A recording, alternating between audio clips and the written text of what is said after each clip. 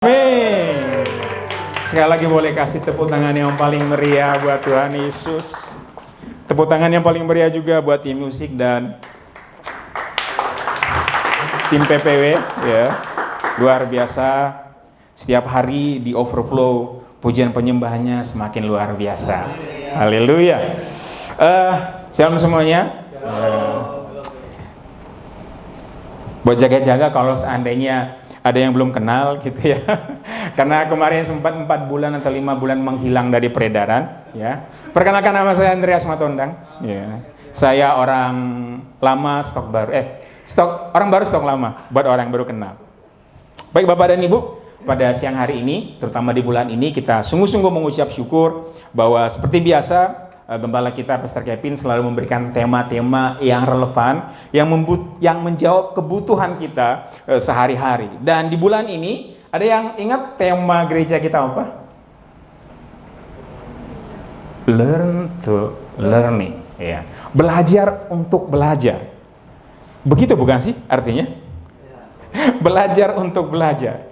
Nah, ini sebenarnya tema yang cukup menarik, mengapa kita penting belajar. Ya, Bapak dan Ibu dan teman-teman semuanya, dalam kehidupan kita ini yang sekarang ini, kita selalu berhadapan dengan perubahan yang sangat cepat. Ya, kita tidur pagi, bangun misalnya tidur pagi, ketahuan suka begadang. Kita tidur malam, bangun pagi, itu bisa langsung berubah. Ada sesuatu yang berubah, perubahan sangat cepat sekali. Ya, sangat cepat sekali perubahannya. Dan kalau kita tidak membiasakan diri terhadap perubahan itu, maka kita akan ketinggalan zaman. Maka kita akan ketinggalan. Maka ketika orang ngomong sama kita itu nggak nyambung. Maka kita di pekerjaan kita nggak maksimal. Perubahan sangat cepat sekali. Oleh karena itu, sekarang ada begitu banyak orang mengeluh. Kehidupan kok susah ya, dulu begini 25 tahun yang lalu enak begini, tapi sekarang jadi sangat susah. Ya, perubahan sangat cepat. Dan kalau kita tidak siap mengikuti arus perubahan, maka kita akan mengalami yang namanya kesulitan. Nah, satu-satunya cara untuk mengikuti perubahan supaya kita tetap relevan, supaya kita tetap nyambung sama orang-orang, supaya kita tetap dipakai di bidangnya kita, maka kita harus belajar.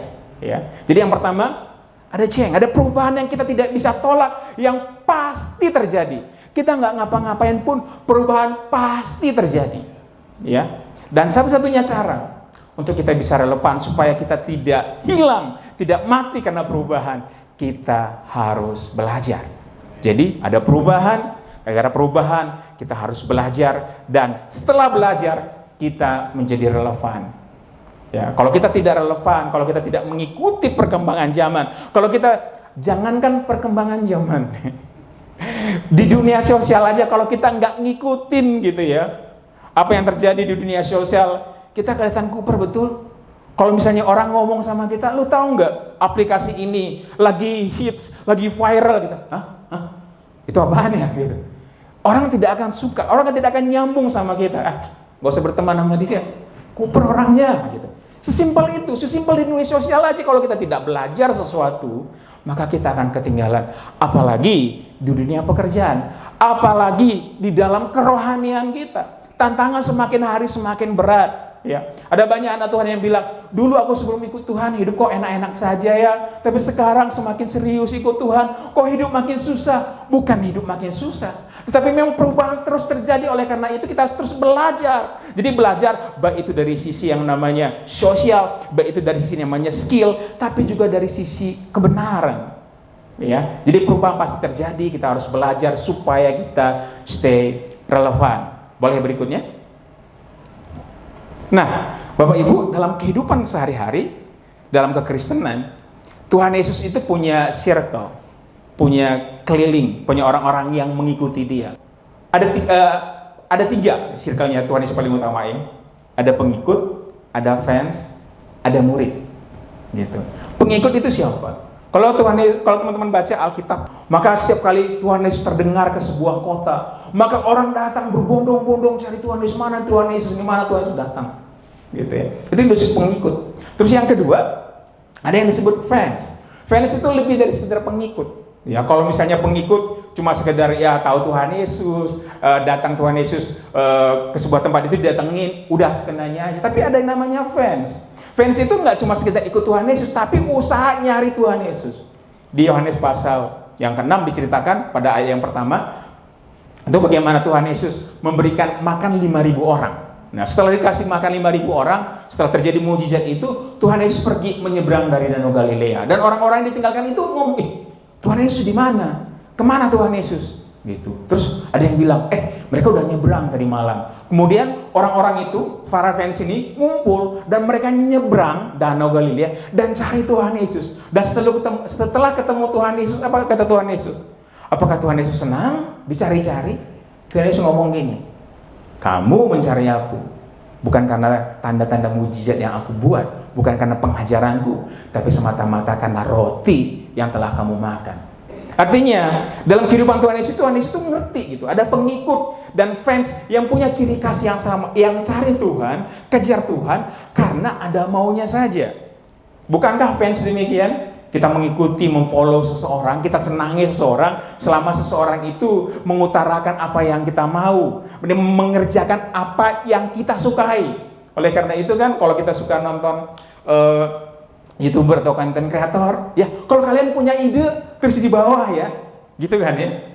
Nah, fans sama pengikut sama, jadi kejar Tuhan Yesus karena mau sesuatu. Tetapi dalam kehidupan Tuhan Yesus, selama Tuhan Yesus melayani 3,5 tahun, Tuhan Yesus tidak pernah tertarik sama namanya fans. Tuhan Yesus tidak pernah tertarik sama namanya pengikut. Kenapa? Karena pengikut dan fans hanya sekedar mencari sesuatu yang dia butuhkan. Saya tidak bilang bahwa kita di tempat ini ketika kita ikut Tuhan Yesus kita boleh nggak mengharapkan sesuatu. Enggak, itu menjadi hak kita. Tetapi jangan sampai itu menjadi motivasi kita yang utama. Tapi ada satu circle yang Tuhan Yesus sangat sayang, yang Tuhan Yesus lakukan apapun demi circle ini. Itu yang disebut dengan murid, discipleship, pemuridan. Apa sih bedanya murid dan pengikut? Ya. Kalau misalnya pengikut itu cuma semata-mata cari Tuhan, semata-mata cari Yesus itu untuk dapatkan sesuatu. Tapi murid itu enggak cuma sekedar mendapatkan apa yang Tuhan Yesus mau, tapi juga melakukan apa yang Tuhan Yesus mau. Itulah sebabnya di dalam Yohanes 5:16 Tuhan Yesus ngomong begini, kamu adalah murid-muridku apabila kamu berbuah banyak dan tinggal di dalam aku. Jadi memang tidak sembarangan untuk ikut Tuhan Yesus. Dan pada saat ini saya mau bilang, relate-nya dalam kehidupan kita adalah tidak sembarangan ikut Tuhan Yesus, karena yang Tuhan ingini, yang ada di dalam hatinya Tuhan itu adalah murid. Ciri khas murid apa sih Bapak dan Ibu? Belajar. So, kalau misalnya kita menyebut diri kita Kristen, maka seharusnya yang disebut dengan belajar, keinginan untuk belajar terus-menerus, keinginan untuk mempelajari sesuatu adalah sesuatu yang nature dalam kehidupan kita. Jadi seorang Kristen adalah seorang pembelajar. Makanya maaf cakap nih, saya selalu bilang kemana-mana, Kristen adalah agama yang paling canggih, paling sophisticated di muka bumi. Kenapa? Coba perhatikan agama-agama lain. Cuma sekedar cari pengikut. Sembahlah aku, ikutlah aku. Tuhan Yesus dalam amanat agung dia ngomong apa? Pergilah, beritakanlah, dan jadikanlah seluruh bangsamu muridku. Tuhan Yesus itu cari murid. Tuhan Yesus itu cari orang-orang yang rindu setiap hari dalam kehidupannya belajar, yang rindu setiap hari dalam kehidupannya itu mengupgrade sesuatu, memperbaiki sesuatu. Oleh karena itu ketika kita bilang aku Kristen, maka pada saat yang sama juga kita punya mentalitas aku seorang pembelajar. Mereka katakan bersama-sama, aku seorang pembelajar. Ya, puji Tuhan, luar biasa. Nah, dalam belajar itu, boleh berikutnya, ada 3 hal yang paling sering kita gunakan untuk metode atau misalnya alat kita belajar. Yang pertama adalah reader, membaca. Ya, boleh berikut ayatnya. Dalam Ulangan 17 ayat 19 mengatakan begini, itulah yang harus ada di sampingnya dan haruslah ia membacanya seumur hidupnya untuk belajar takut akan Tuhan Allahnya dengan berpegang pada segala isi hukum dan ketetapan itu untuk dilakukannya. Ulangan 17 ayat 19 ini adalah satu buah kejadian di mana Tuhan memerintahkan kepada Musa tentang syarat yang akan terjadi kalau misalnya one day, ya Tuhan tahu nih, ini kejadian masih jauh banget kan. Tapi Tuhan tahu nanti orang Israel ke depannya ini akan nakal nih, pasti minta raja, dan Tuhan bikin peraturan. Salah satu peraturan yang ada buat orang raja Israel, salah satu ketetapannya ini. membaca setiap hari. Ajaib sekali ya agama Kristen ya. Sophisticated sekali agama kita.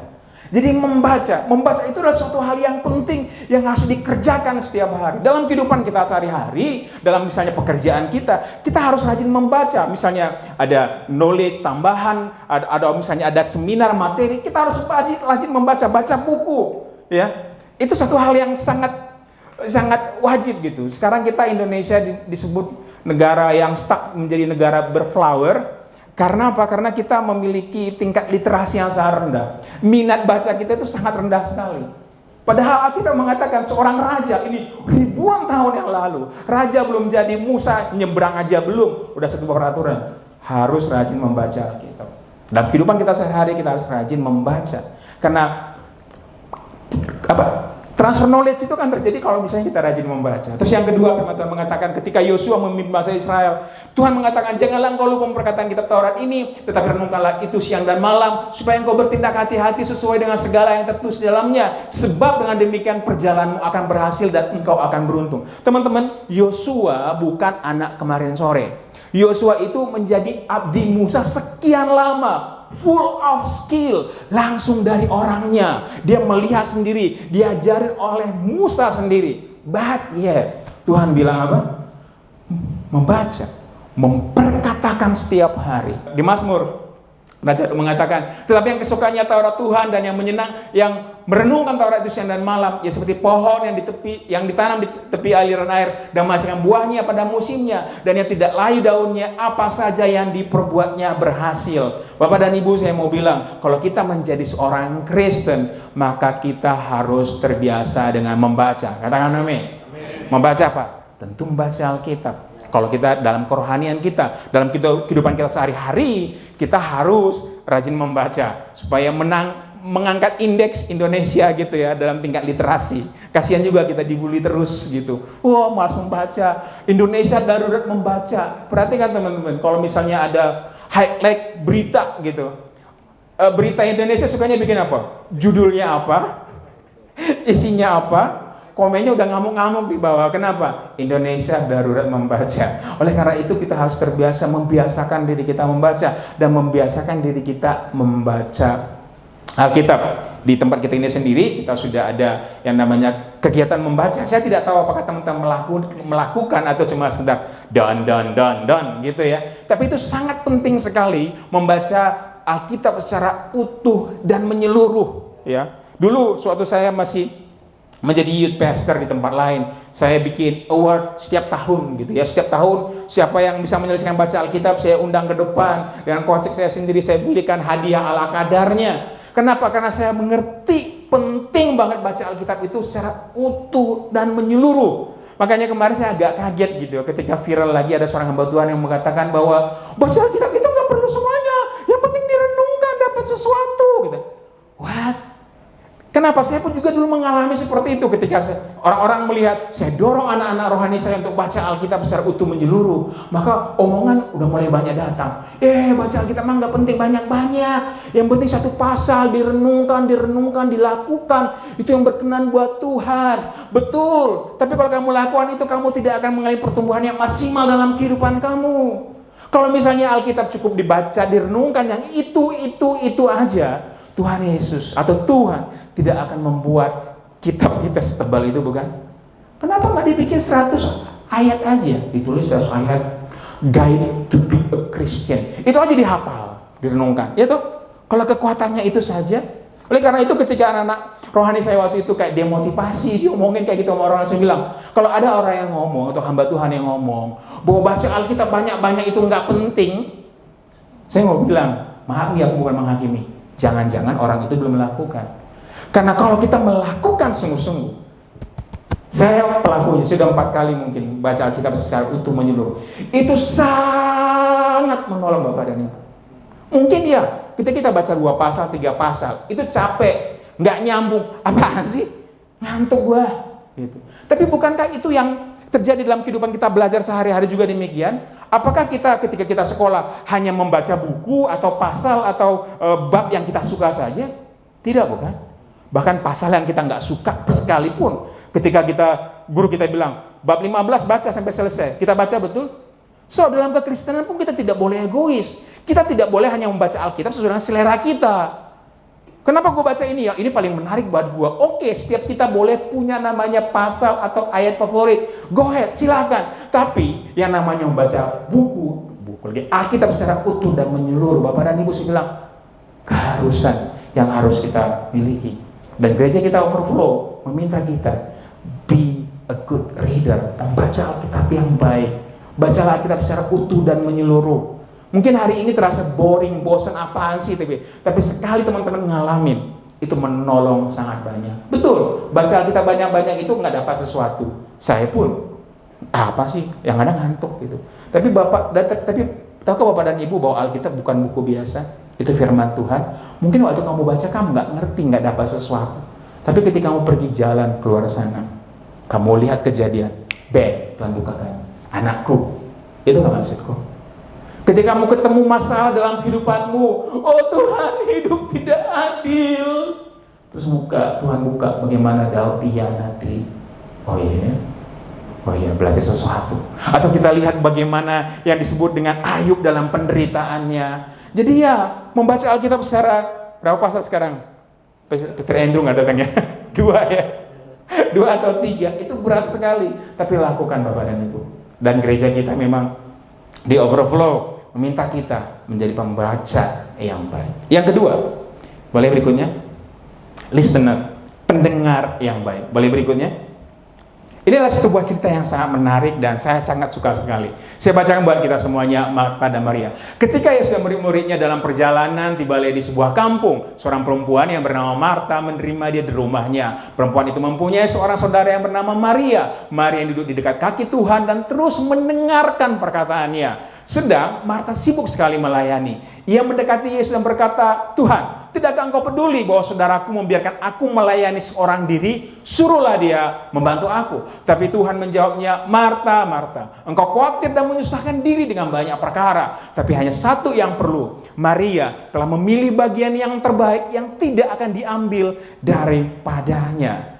Ini kalau misalnya baca cerita ini, aku agak kesel. Kenapa agak kesel? Bayangin, orang yang capek di dapur, effort masak luar biasa buat Tuhan yang habis dari perjalanan capek. Terus ada satu orang yang bernama Maria, cuma duduk doang, diem doang. Tapi di sini Tuhan belain Maria secara luar biasa. Di sini saya belajar sesuatu bahwa dalam kehidupan kita harus menjadi pendengar yang baik. Katakan bersama-sama yuk, pendengar yang baik. Pendengar yang baik.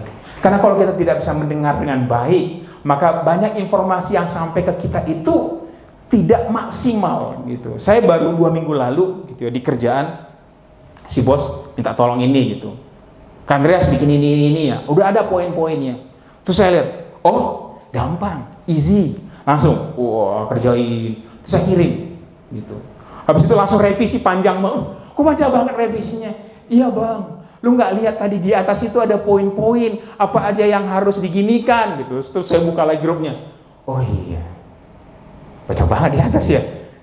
Itu dia, kalau kita tidak mendengarkan, kita tidak menyimak dengan baik-baik, maka kita akan missing sesuatu. Pada kejadian ini, mungkin Tuhan Yesus menyampaikan sesuatu yang sangat penting buat mereka berdua. Tetapi karena Marta fokus, oh ini lapar, berarti Tuhan Yesus butuh makanan. Dia sibuk langsung mengambil makanan, langsung mengerjakannya. Sehingga dia missing sesuatu. Terus yang kedua yang saya pelajari di kejadian ini adalah Marta merasa dirinya lebih baik dari Maria.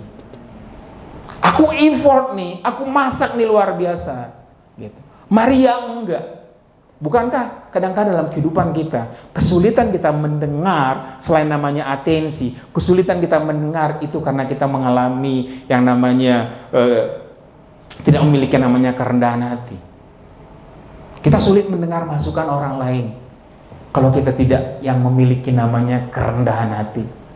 Orang ngomong apapun, nasihat sebagus apapun, kiat dan tips semenarik apapun, segampang apapun dilakukan, kalau kita misalnya tidak menaruh kerendahan hati kita, ngomong apa? Itu cuma teori. Sudah puluhan tahun di sini Pak. Maaf bos, Anda baru ngomong. sulit terjadi perubahan dalam kehidupan kita. Amin. Itulah sebabnya ada satu istilah, empty your cup gitu. Kosongkan dulu gelasmu kalau ingin mendengar sesuatu. Penting mendengar. Jadi ya, dalam mendengar itu, jadi transfer knowledge, ilmu itu dalam kehidupan kita sehari-hari bisa melalui pendengaran. Dan untuk mendengar yang baik itu ada dua hal yang kita pelajari. Yang pertama, kita harus memiliki atensi, perhatikan orang ngomong dengan baik, pay attention. Terus yang kedua, miliki kerendahan hati. Kalau kita tidak memiliki kerendahan hati, kalau kita tidak memiliki atensi, maka ilmu yang berguna di dalam pekerjaan kita, dalam kerohanian tidak akan berhasil. Di sini ada Bapak Gembala, leader, ada penatua, ngomong panjang lebar, memberikan nasihat kepada kita. Tapi kalau kita nggak dengerin, percuma.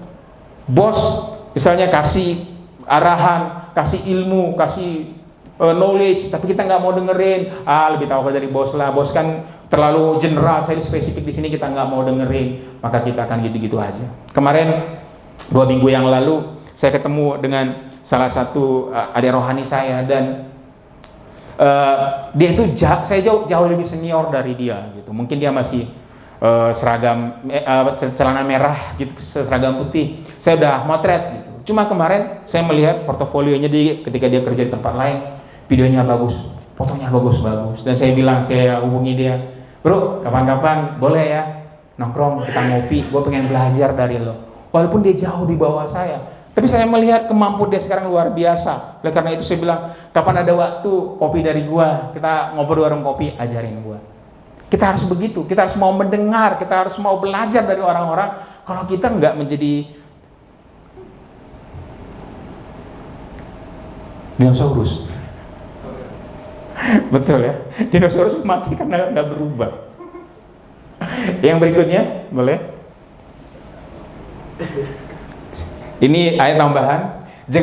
Jagalah langkahmu kalau engkau berjalan ke rumah Allah, menghampiri untuk mendengar, kata Tuhan. Menghampiri untuk mendengar adalah lebih baik daripada mempersembahkan korban yang dilakukan oleh orang-orang bodoh. Bayangkan, persembahan kita sekalipun, niat baik kita sekalipun, itu kadang-kadang buat Tuhan gak berharga kalau kita tidak mendengarkan firman Tuhan, kalau kita tidak mendengar suara Tuhan yang ditaruh dalam kehidupan kita. Ini ada kesulitan kita pada akhir-akhir ini, Bapak Ibu. Seringkali kita melakukan segala sesuatu yang kita mau, bukan seharusnya yang kita lakukan. Boleh berikutnya? Doer, melakukan. Kok aku kemarin bahasa Inggris kok doer ya itu? Aku pikir ada koma di atasnya. Doer itu pelaku, melakukan kebenaran firman Tuhan. Saya tidak salah tulis, yang begitu. Doer. Jadi setelah kita terbiasa membaca dalam kehidupan kita, membaca firman Tuhan untuk rohani kita, membaca buku untuk menambah, mengupgrade skill kita, social skill kita. Terus yang kedua, kita mendengar dengan kerendahan hati, mendengar dengan penuh perhatian atau atensi. Yang ketiga adalah menjadi pelaku. Boleh berikutnya?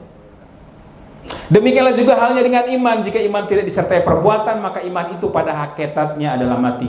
Yakobus 2 ayat 17. Jadi setelah kita mendengar kebenaran firman Tuhan, setelah kita mendengar banyak skill gitu ya, waktunya kita lakukan bersama-sama. Karena firman Tuhan mengatakan bahwa iman kita boleh tinggi, knowledge kita boleh tinggi, tetapi kalau kita tidak mempraktekkan kebenaran firman Tuhan, maka itu akan menjadi sia-sia karena dibilang mati. Ya. Kemarin menarik juga ketika dulu saya suka nulis di Blogspot atau WordPress, ya. Tapi udah lama banget nggak nulis. Terus kemarin saya disuruh dari kantor bikin Linktree. Tahu kan Linktree? Di satu link semua nanti alamat kontak di situ gitu ya. Dan saya nggak tahu, dan saya akhirnya tadi teman saya Denny, Dan ajarin dong bikin Linktree. Terus diajarin. Lu buka begini Kak. Setelah lu buka begini Kak gitu. Saya dengar, saya liatin gitu. Begini gitu. Tapi cuma karena Denny yang bikinin, terus oke, thank you Dan, beres. Saya ambil handphonenya. Terus saya pulang, terus bos bilang, itu nomornya bukan nomor yang itu, pakai nomor yang lama gitu.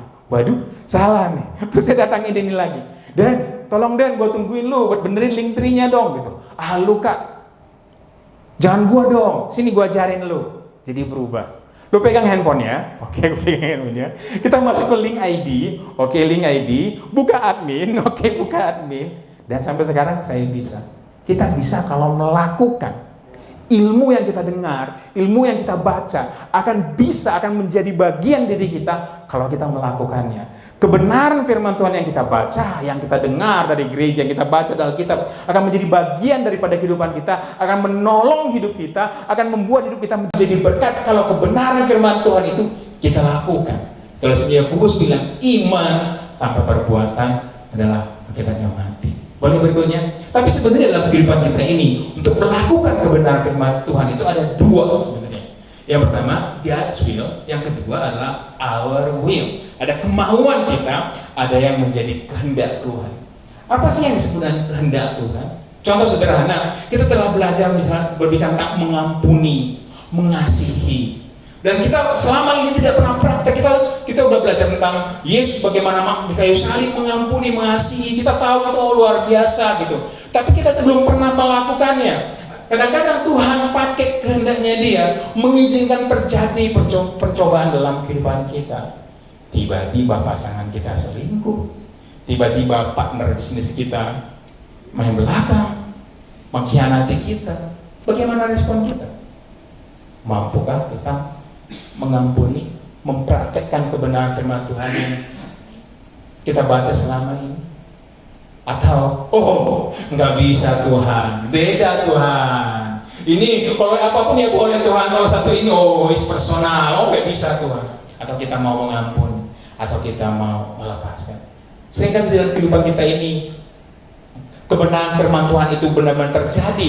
Tuhan izinkan kita praktek kebenaran firman Tuhan. Praktek apa yang kita dengar selama ini, praktek apa yang kita baca selama ini dengan situasi yang Tuhan izinkan demikian terjadi dalam kehidupan kita.